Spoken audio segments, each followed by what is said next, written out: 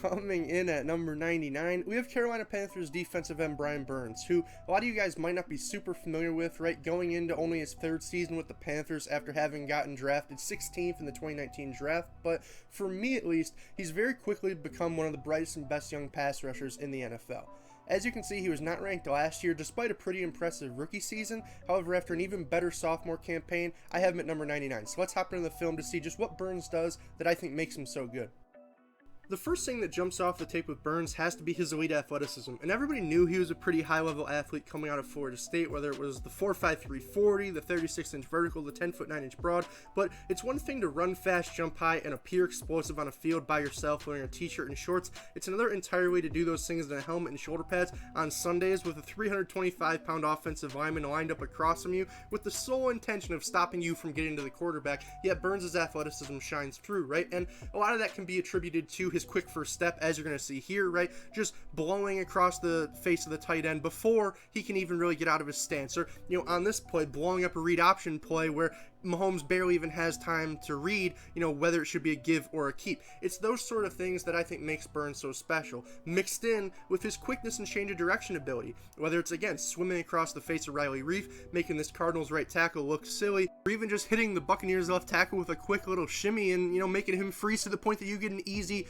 uncontested tackle at the point of attack, right? It's just those small things like that, just off the back of Burns' athleticism, that I think makes him so dangerous. And when you combine the ability to get wherever he wants to go on the field based off of his explosive first step and elite quickness with the elite flexibility and bend that he possesses, I think things get really scary, and it's pretty easy to see why I believe he's one of the NFL's best speed rushers already, right? Just does a great job at, getting upfield fast, beating tackles to the spot where he's able to plant the outside foot in the ground, dip that inside shoulder, get low, fight through contact, while also exploding and accelerating on a flat arc towards the quarterback, right? Just does a great job and has really become a nightmare for tackles overnight, essentially, right? And, with that being said, he's not just a speed rusher, though. He's not some one-trick pony. As you can see here, he's been adding and working to add some more sort of pass rush moves to his tool belt, right? And, whether it's a spin move that he's going to hit you with there, or a quick little bow and pull to get the tackle off balance and get around the edge, right?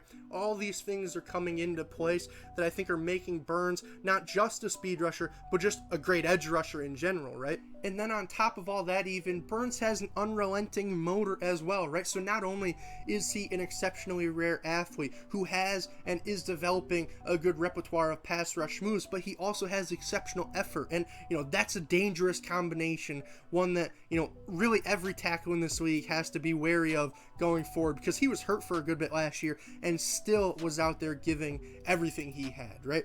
And in that regard, I did want to, as we're closing things down here, I wanted to talk about his ability as a run defender as well, because people were concerned, if he could be a hand in the dirt 5 tech in a 4.3 based off the fact that he's only 250 pounds. And, I wouldn't say he's great in this regard in terms of setting the edge, but you see there is an ability there, right? There are plays where he's able to, not necessarily get penetration in the backfield, but not get driven back either, right? He's able to anchor at the line of scrimmage. He's able to occasionally shed and make a tackle. I think he's doing better than we might have hoped. Can he continue to improve? Yes, but almost everybody can, right? And, one last thing that I did want to touch on was his versatility, as Carolina has really crafted some interesting role for him where, not only is he playing as a 5 technique, as I previously mentioned, they're also playing him off the ball on some snaps. And, as a downhill attacker, as a linebacker, he's actually proven to be decently effective as well, right? So with that being said, just in conclusion, how does he make his way up the list? I would say it's one of two things, right? It's either improving significantly as a run defender and becoming one of the more well-rounded defensive ends in the entire league, or channel that inner flamethrower off the edge to the highest extent and, become the league's best pass rushing specialist, be a 15-16 sack guy annually, and I think very quickly you'll see him catapulting up this list, right? The sky truly is the limit for Burns, with his exceptional mix of athleticism, motor, the improvements in his technique. I think the clear willingness to work on stopping the run, right? I love what I'm seeing out of him, and if you guys are loving what you saw out of this video, out of the channel, make sure you've not only liked, commented, but also subscribed, so that way you're always in the loop for future uploads, whether it's number 98 or just the rest of the series in general. With that being said, I'm mic'd up and I'm mic'ing out. Peace, guys.